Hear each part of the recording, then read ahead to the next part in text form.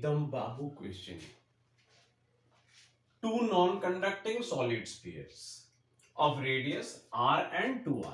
पहले बना लो डायग्राम। ये radius r and let's say ये रेडियस 2r। तो centre to centre joining line मान के चलो, यहां पे सेंटर A और यहां सेंटर B। इसका रेडियस r और इसका radius 2r। Having uniform volume charge densities ρ1 and ρ2। इसका डेंसिटी ρ1 और इसका density ρ2 respectively touch each other. करवा दिया डायग्राम में touch. Net electric field eight A distance of 2r from the centre of smaller sphere.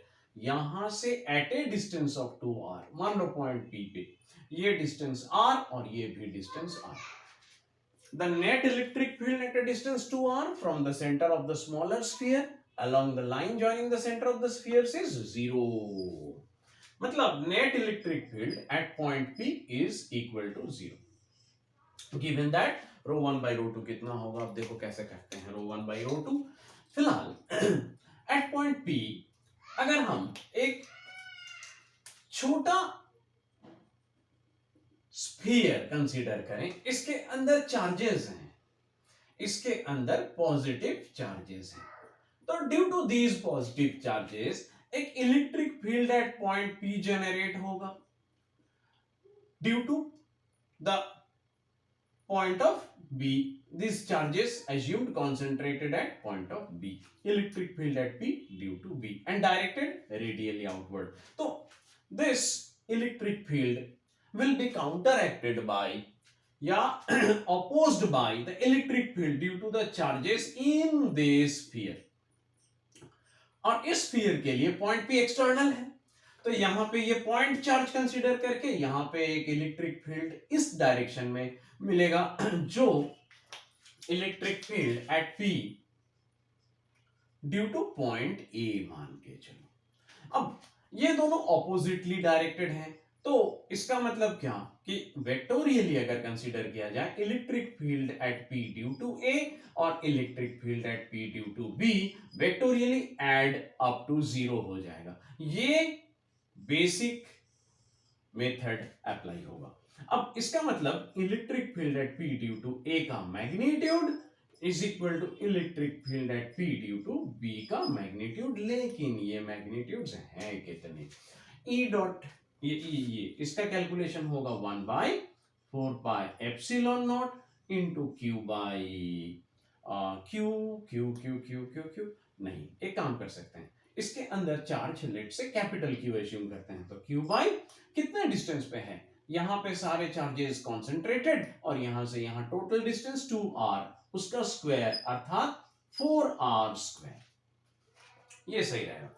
Is equal to अब electric field at P due to this point B, तो this is inside a bigger sphere. इस bigger sphere के internal का एक point है, तो यहां sigma 2/3 epsilon not apply किया जा सकता है। Sigma 2/3 epsilon not into the radial vector of BP। ये BP वेक्टर से इधर मल्टीप्लाइड रहेगा, डायरेक्शन BP का होगा और मैग्नीट्यूड BP का होगा। अब BP वेक्टर क्या रहेगा? BP वेक्टर का मैग्नीट्यूड R है और उसका unit vector BP unit vector मान लिया जाए, तो उसे अगर यहां बैठाएंगे sigma 2/3 epsilon naught, sigma 2/3 epsilon naught into capital R into BP का यूनिट वेक्टर का मैग्नीट्यूड, क्योंकि ये मैग्नीट्यूड है।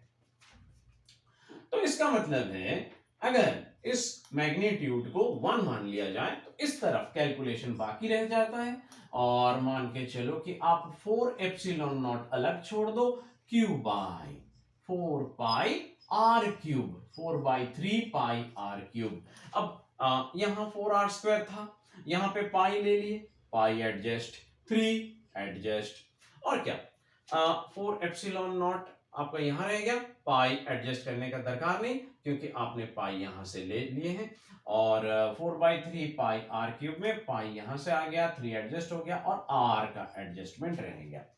अब ये 1/4 epsilon naught into Q by volume यानी sigma sigma 1 into R by 3 is equal to sigma 2 r by 3 epsilon naught.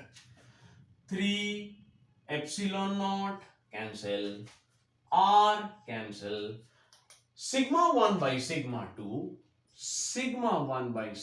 2 is equal to 4.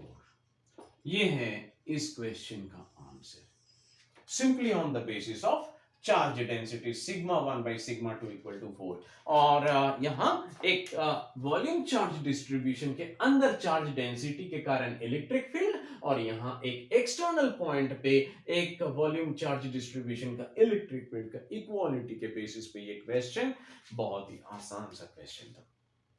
Thank you for your patience. See you for the next discussion. Stay revised, stay subscribed.